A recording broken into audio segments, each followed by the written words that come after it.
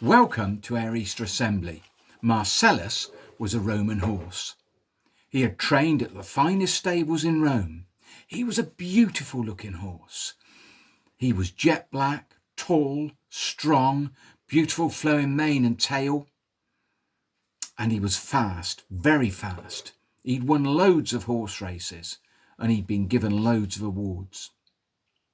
He'd ridden in battles with the great soldiers of the Roman Empire, heroes. He was a really well-known horse, quite famous, and everyone said, "What a beautiful horse," when they saw him. Marcellus thought he was the best and the most famous horse in the whole of the Roman Empire. Marcellus had been bought by a Roman governor called Pontius Pilate and was shipped out to do a tour of duty in Israel. On the ship with him, he'd taken his own stable hands to look after him, his special food, and of course, his bridle and reins that were jewelled, gold and sparkling jewels set in the gold. Once arriving in Israel, he went to the military base in Caesarea, where he rode with the troops. Everyone that saw him commented on what a special horse he was. At last came the day to march into Jerusalem, the capital of Israel. He would take the governor on his back, showing the country, Israel, how powerful the Roman Empire was. And because Marcellus looked so special and grand, decked out in all his finery, he would make Pontius Pilate look important too. And so they rode towards Jerusalem. Marcellus expected great crowds to appear and wave at him and shout with much jumping around and joy. These processions were great. He loved them. But as he got closer to Jerusalem, it was strangely quiet.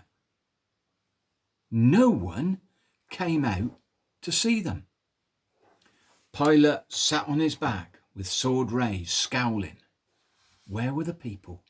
No one was there. They weren't there because they didn't want Rome to rule over them. They didn't want to recognise Pontius Pilate as the governor. Marcellus was upset, angry and frustrated that no one was out to see him. He trotted quietly into Jerusalem. It was all a bit of an anticlimax. Around that time, a young donkey was living just outside of Jerusalem. He was quite the opposite of Marcellus. He wasn't very grand to look at. He was a bit scruffy. He wasn't particularly very clean. And he wasn't owned by anyone rich or anyone famous. And he didn't carry important people on his back like Marcellus. He carried loads of sticks, bales of hay, and sometimes rubbish for the tip. Zed, that was his name, was just an ordinary donkey who'd actually never been ridden before by a person. Nobody took any notice of Zed, really, and if they did come near him, he'd bray and bare his teeth and kick at them. He didn't want people near him. He was tethered on a rail outside his stable, the cattle shed, as normal when people started walking past on their way to Jerusalem. Suddenly, two men approached him and began to untie him, and his owner came out to find out what was going on. They said a few words to him, and the owner said, "Yeah, okay, that'll be all right." And they led Zed away. And a few moments later, they met with some other men. Zed found a coat being put on his back, and someone got on him. This person seemed quite gentle and quite confident, and Zed seemed okay with it.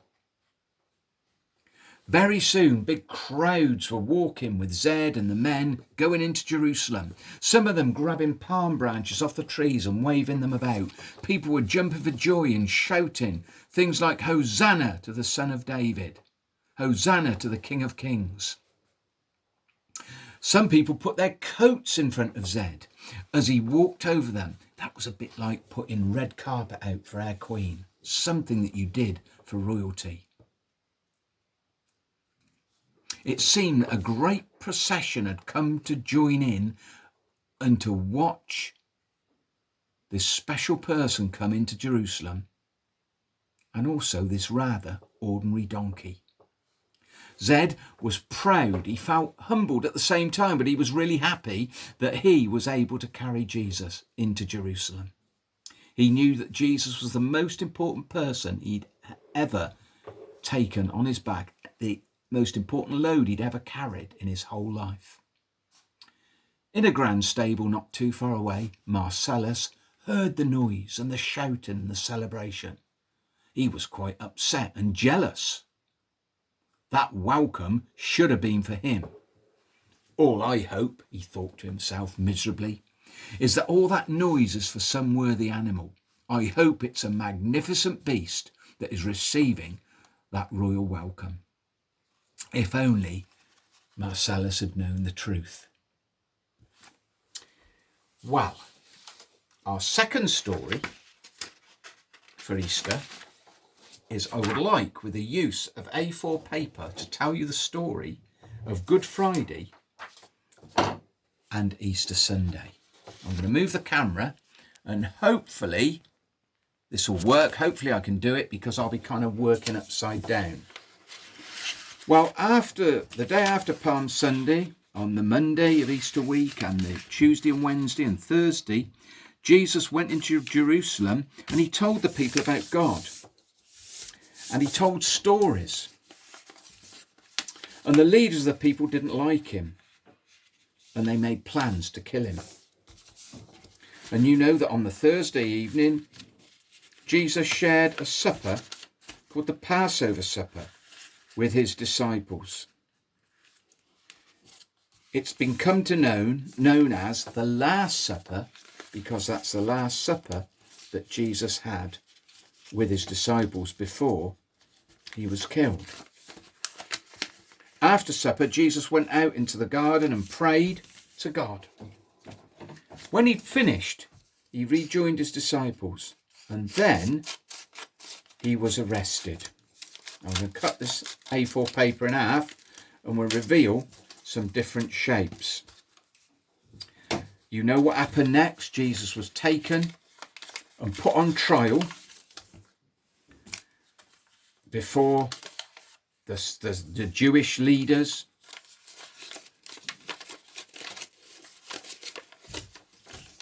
And he was tried, and they brought witnesses that lied about Jesus, made up things about him that he'd said and done that he hadn't. Jesus didn't answer them. It must have been hard being lied about and just saying nothing.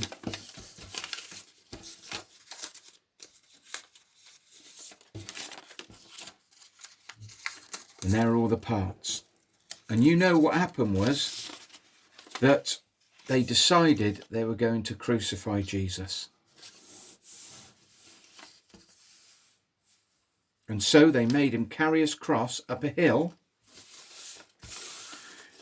And when they got to the top of the hill, there was a hole in the ground. They nailed Jesus to the cross. And they put it in the ground. On the top of the cross, they nailed a board that was written, "This is the King of the Jews." The King of the Jews. There were two other people crucified with Jesus, one side and one the other.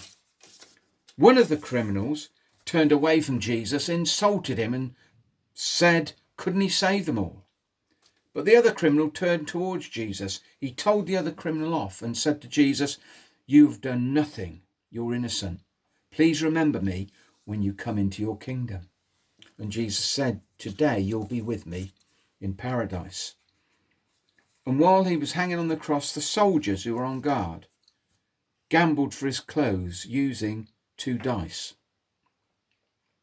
Jesus said other things on the cross. He asked God to forgive the people that were doing this to him. And after a few hours, he died.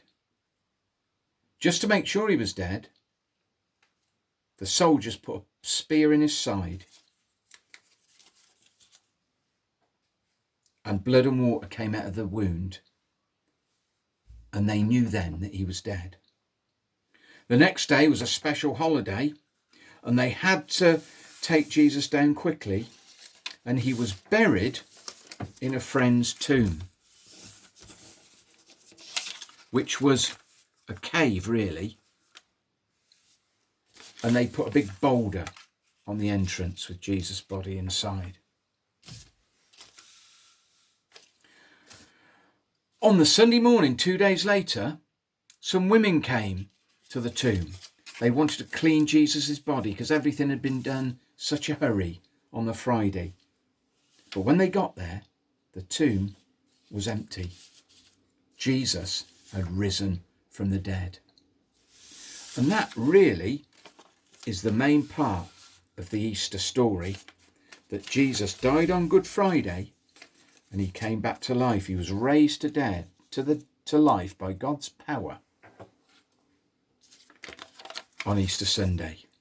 And that's why we give each other Easter eggs, because they're hollow and it reminds us of the empty tomb.